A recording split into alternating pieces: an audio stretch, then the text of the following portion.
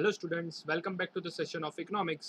आज के इस चैप्टर में हम रिवाइज करने वाले हैं फॉरेन ट्रेड ऑफ इंडिया। अभी ट्रेड है ना, दो तरीके के होते हैं। ट्रेड माने क्या होता है? सबसे पहले purchase and sale of goods and services. अभी purchase and sale of goods and services यानी कि ट्रेड जो है वो दो तरीके का होता है। एक होता है इंटरनल ट्रेड और एक होता है फॉरेन ट्रेड। एक होता है इंटरनल ट्रेड, देखो यहाँ पे क्या लिखा है, buying and selling of goods and services with in the boundaries of a nation. उसे क्या कहा जाता है? इंटरनल ट्रेड, जिसका दूसरा नाम क्या है? डोमेस्टिक ट्रेड और होम ट्रेड। इसका दूसरा नाम क्या है? डोमेस्टिक ट्रेड या home trade. For an example, कोई महाराष्ट्र में गुड्स बना है, वो किधर सेल करते हैं? गुजरात है फिर या तमिलनाडु है, बट पूरे इंडिया में ही करेंगे, यानी कि नेशन के बाउंड्रीज के अंदर अंदर करते हैं। उसे क्या कहा जाता है? Internal trade. इंटरनल ट्रेड का दूसरा नाम क्या है? इंटरनल ट्रेड का दूसरा नाम डोमेस्टिक ट्रेड और होम ट्रेड। दूसरा टाइप, ये जो अपने, ये खाली अपने इंट्रोडक्शन के लिए है, बट अपने को जो पूरा चैप्टर पढ़ना है वो किस पे पढ़ना है? फॉरेन ट्रेड पे पढ़ना है। फॉरेन ट्रेड माने जब दो दो कंट्रीज के बीच में ट्रेड होता है, उसे क्या कहते हैं? Foreign trade. फॉरेन ट्रेड का दूसरा नाम इंटरनेशनल ट्रेड और एक्सटर्नल ट्रेड। इंटरनेशनल ट्रेड और एक्सटर्नल ट्रेड। डेफिनेशन कुछ दिया, आप एक बार पढ़ सकते हो। Next, types of foreign trade. देखो बेटा, ट्रेड दो टाइप का होता है, एक तो इंटरनल ट्रेड, एक तो फॉरेन ट्रेड। फॉरेन ट्रेड और इंटरनल ट्रेड। इंटरनल ट्रेड का दूसरा नाम क्या होता है? डोमेस्टिक ट्रेड और होम ट्रेड। फिर फॉरेन ट्रेड। फॉरेन ट्रेड का दूसरा नाम इंटरनेशनल ट्रेड और एक्सटर्नल ट्रेड। अभी फॉरेन ट्रेड का तीन part, import trade, export trade और एंट्रीपोर्ट ट्रेड, बराबर। चलो, तो इसका एक और अपना जो हैंड रिटन नोट्स है उसमें देखते हैं क्या लिखा है। देखो, ट्रेड दो तरीके का, इंटरनल ट्रेड और फॉरेन ट्रेड। जब नेशन के अंदर अंदर करते हैं उसे क्या कहते हैं? Internal trade. उसके विद इन द नेशन उसे क्या कहते हैं? Internal trade. और दो कंट्रीज के बीच में होता है उसे क्या कहते हैं? Foreign trade. फॉरेन ट्रेड के तीन type, import trade, export trade और एंटरपोर्ट ट्रेड। इंपोर्ट ट्रेड में क्या होता है? गुड्स एंड सर्विसेज क्या किए जाते हैं? परचेज किए जाते हैं from one country to another country. अभी जो कंट्री परचेज कर रहा है उसे क्या कहेंगे? इंपोर्टिंग कंट्री, या वो कंट्री के लिए क्या होगा? इंपोर्ट ट्रेड होगा। एग्जांपल, इंडिया जो है पेट्रोलियम प्रोडक्ट्स इंपोर्ट करता है from Iraq, Saudi Arabia etcetera. भी एक्सपोर्ट ट्रेड। एक्सपोर्ट ट्रेड माने गुड्स एंड सर्विसेज बेचना एक कंट्री से दूसरी कंट्री में। एक कंट्री से दूसरी कंट्री में जब गुड्स एंड सर्विसेज बेचे जाते हैं, यानी कि जो कंट्री बेचती है उसके लिए वो क्या होगा? एक्सपोर्ट ट्रेड होगा। एग्जाम्पल क्या है? एक्सपोर्ट, इंडिया एक्सपोर्ट करता है टी, राइस, जूट वगैरह वगैरह। Interport trade. इंटरपोर्ट ट्रेड माने क्या होता है? एक कंट्री से एक कंट्री क्या करती है? गुड्स एंड सर्विसेज परचेज करती है एक कंट्री से और दूसरी कंट्री में बेच देती है। सर, एक कंट्री से परचेज करेगी, दूसरी कंट्री में बेच देगी, तो उसको क्या मिलेगा बीच में? तो वो क्या करती है? रॉ मटेरियल परचेज करती है, उसमें से कुछ प्रोसेसिंग करके दूसरी कंट्री में बेच देती है। सर, एग्जाम्पल क्या है? एग्जाम्पल है जापान का। क्या करती है जापान? जापान क्या करती है? रॉ मटेरियल वगैरह परचेज करती है। एग्जाम्पल टेलीविजन का, कि टेलीविजन के बहुत सारे स्पेयर पार्ट्स क्या करती है? जमा करती है, उसका टेलीविजन बनाती है और इंडिया जैसी कंट्रीज में बेच देती है। तो उसे क्या कहेंगे? एंटरपोर्ट ट्रेड। जब उन्होंने रॉ मटेरियल परचेज किया, फॉर एन एग्जांपल इंग्लैंड से रॉ मटेरियल परचेज किया, तो उनके लिए वो ट्रांजेक्शन, इंपोर्ट का ट्रांजेक्शन जो है रॉ मटेरियल का, वो क्या है? एक इंपोर्ट ट्रांजेक्शन है। लेकिन जब वो फिनिश गुड्स बना के, टीवी बना के इंडिया में बेच देती है, तो वो फॉर जापान वो जो सेल का ट्रांजेक्शन है वो क्या है? एक्सपोर्ट है, और इंडिया के लिए वो इंपोर्ट है। और वही जो इंग्लैंड जब बेच रही थी रॉ मटेरियल, तभी उसके लिए वो क्या था? एक्सपोर्ट था। लेकिन ये पूरा जो ट्रांजेक्शन है ना, वो क्या है? एक एंटरपोर्ट ट्रेड है। किसके लिए? जापान के लिए। जापान के लिए वो क्या है? एक एंटरपोर्ट ट्रेड है। चलो, next point, role of foreign trade. Foreign trade का रोल क्या है? सबसे पहले तो फॉरेन एक्सचेंज, इनका फॉरेन एक्सचेंज का माना, जब गुड्स बाहर जाएंगे तो फॉरेन एक्सचेंज आएगा। Encourages investment. क्या होता है कि ज़्यादा से ज़्यादा चीज़ें जब बाहर जाने लगती है तो और नए नए प्लेयर्स आएंगे। ज़्यादा से ज़्यादा जो डोमेस्टिक में बेच रहे हैं वो भी अभी फॉरेन में बेचना चाहेंगे, और अभी डोमेस्टिक में और फॉरेन में दोनों में बेच रहे हैं, तो ज़्यादा से ज़्यादा प्रोडक्शन करना होगा। ज़्यादा से ज़्यादा प्रोडक्शन करने के लिए क्या चाहिए? ज़्यादा से ज़्यादा इन्वेस्टमेंट चाहिए। तो इन्वेस्टमेंट क्या हो जाएगा? एंकरेज हो जाएगा। दूसरा point, division of labour and specialisation. Labour और लेबर का डिवीजन हो जाता है एंड स्पेशलाइजेशन हो जाता है। जैसे कि जो कंट्री जो चीज़ के लिए अच्छी है वो करती है। इंडिया किसके लिए अच्छी है? लेबर के सप्लाई के लिए अच्छी है, तो इंडिया क्या करती है? लेबर करती है। रशिया और जैसी चीज़ें क्या, रशिया और जैसी कंट्री क्या है?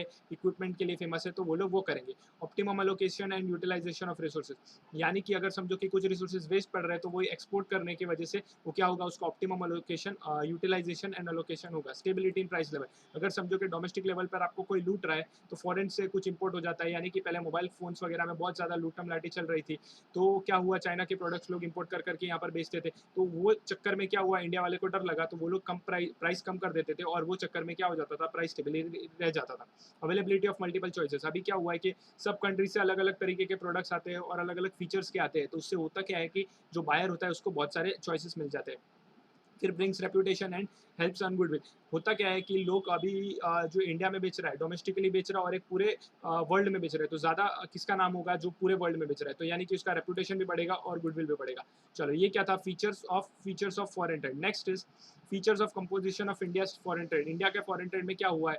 ये फॉरेन ट्रेड करने की वजह से इंडिया का जो फॉरेन ट्रेड का कंपोजिशन कैसा हो गया है, उनका जीएनआई बढ़ गया है। मैंने बोला था ना कि एक्सपोर्ट माइनस इंपोर्ट करते हैं, तो उसका जो एक्सपोर्ट बढ़ेगा तो क्या होगा, डायरेक्ट जीएनआई भी बढ़ेगा। Increase in value and volume and value of trade, ठीक है। तो जिसका जितना वॉल्यूम माने क्वांटिटी, जितना क्वांटिटी बढ़ गया है, पहले 100 यूनिट बेचते थे, अभी 500 600 यूनिट एक्सपोर्ट करते हैं, है ना। ग्लोबलाइजेशन हो रहा है तो और वैल्यू ऑफ ट्रेड भी तो बढ़ रहा है, जैसे जैसे सेल बढ़ेगा वैसे वैसे अपना ट्रेड का रुपीज़ भी तो, रुपीज़ में उतने पैसे भी तो आएंगे। चेंजेस कंपोजिशन ऑफ एक्सपोर्ट, पहले इंडिया का एक्सपोर्ट करता था, छोटी मोटी चीज़ें एक्सपोर्ट करता था, लेकिन अभी क्या हम टेक्नोलॉजिकली भी इक्विप्ड हो चुके हैं, तो वो सारी चीज़ें भी हम एक्सपोर्ट करते हैं। Change in composition of imports, पहले इंडिया क्या जो बेसिक नेसेसिटीज थी, मेडिसिन वगैरह इंपोर्ट करता था, लेकिन आज की तारीख में देखो कि इंडिया हर एक चीज़ क्या कर रहा है, हर एक चीज़ क्या कर रहा है, एक्सपोर्ट कर रहा है मेडिसिन से रिलेटेड, और दूसरी सारी चीज़ें वो इंपोर्ट करना स्टार्ट कर दिया है, जैसे कि ऑटोमोबाइल के इक्विपमेंट्स वगैरह भी इंडिया एक्सपोर्ट करता है, और दूसरी सारी चीज़ें इंपोर्ट करना शुरू कर दिया। यानी कि जो ट्रेंड है वो बेसिकली चेंज हो चुका है।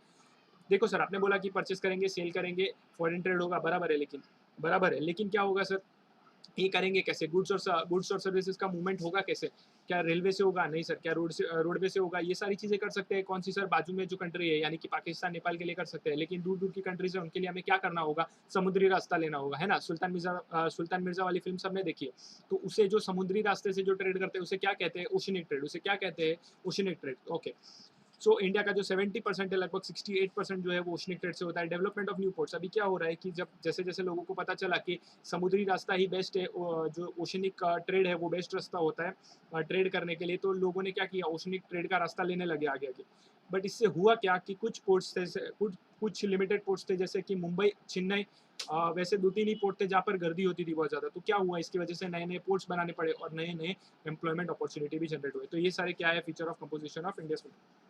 भी नेक्स्ट क्या है, रिसेंट ट्रेंड्स इन एक्सपोर्ट। तो इंडिया जो रिसेंटली क्या एक्सपोर्ट कर रहा है, engineering parts, petroleum products sir हम तो इंपोर्ट करते हैं, हाँ सर, कुछ प्रोडक्ट्स इंपोर्ट करते हैं, कुछ हम एक्सपोर्ट भी कर रहे हैं। हमारी केमिकल इंडस्ट्री भी बहुत डेवलप हो चुकी है, तो हम केमिकल प्रोडक्ट्स भी क्या करते हैं, एक्सपोर्ट करते हैं। जेम्स एंड ज्वेलरी भी करते हैं, टेक्सटाइल्स एंड रेडीमेड गारमेंट, जो डायमंड वगैरह भी होता है, वो जो अभी आप देखो तो गुजरात में तो बहुत सारी इंडस्ट्रीज है सिर्फ जेम्स एंड ज्वेलरी और टेक्सटाइल के लिए ही जानी जाती है, तो हम अभी अभी वो भी करने लगे हैं। और रिसेंट ट्रेंड्स इन इंपोर्ट क्या है, पेट्रोलियम है, गोल्ड है, फर्टिलाइजर है, फिर आयरन एंड स्टील भी है। चलो नेक्स्ट तो concept, last concept, balance of payment and balance of trade. Balance of payment क्या होता है, एक समरी स्टेटमेंट होता है किसका, सारे transaction between resident of one country and the rest of the world. Resident माने क्या होता है कि जो कंट्री में जहाँ पे जो लोग रहते हैं उसे कहा जाता है रेसिडेंट। वो सर पता कैसे चलेगा कि एक दिन भी रहा तो रेसिडेंट हो जाएगा? नहीं सर, वो कंट्री के रूल के हिसाब से तय होगा कि वो रेसिडेंट है या नहीं। जैसे इंडिया में ऐसा कंडीशन है कि आप 6 महीने रहते हो तो आप मान लिए जाओगे कि आप इंडिया में रहते हो, यानी कि आप इंडिया के रेसिडेंट हो।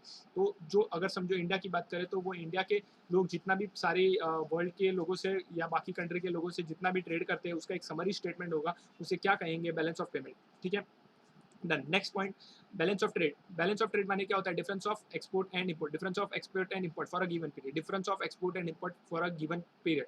एग्जाम्पल याद करो अपना, आप जो अकाउंट्स में ट्रेडिंग अकाउंट बनाते हो वो किसका होता है, एक इंडिविजुअल का होता है। यहाँ पे क्या है, पूरी कंट्री का है। वहाँ पे क्या होता है, आप सेल्स माइनस परचेस करते हो, यहाँ पर भी सेम करना है। एक्सपोर्ट यानी कि जितना सेल्स किया आउटसाइड द कंट्री माइनस क्या किया, इंपोर्ट किया, जितना कंट्री के बाहर से परचेस किया, वो दोनों का डिफरेंस जो है वो आपको लेना है। अगर डिफरेंस जो है पॉजिटिव आ जाता है, यानी कि समझो ये 50 है, ये कितना है 50 है, और ये कितना है 20 है ना, तो इंपोर्ट से ज़्यादा एक्सपोर्ट है, तो 30 रुपये का क्या बोलेंगे कि ट्रेड सरप्लस हो गया। लेकिन अगर ये कम हुआ, यहाँ पर 50 है और समझो कि इंपोर्ट 70 रुपीज़ का किया है, तो यानी कि ट्रेड डेफिसिट, आपने जितना एक्सपोर्ट नहीं किया उससे ज़्यादा तो आपने क्या कर लिया, इंपोर्ट कर लिया। समझा। यहाँ पे प्रॉफिट लॉस बस वर्ड यूज़ नहीं हुआ, यहाँ पर क्या हुआ है, word use are deficit and surplus. चलो तो एक बार मैं तुमको दिखा देता हूँ, रोल ऑफ फॉरेन ट्रेड, समझा तुमको, सेम।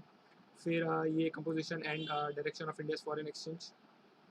फिर ये एक बार आपको होमवर्क में पढ़ना है।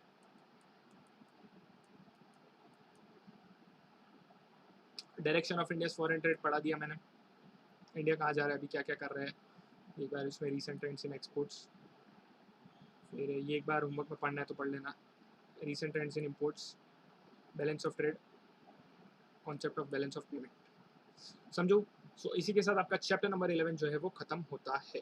चलो टिल देन, साइनिंग ऑफ, जिगर सुबह, बाय बाय, टेक केयर।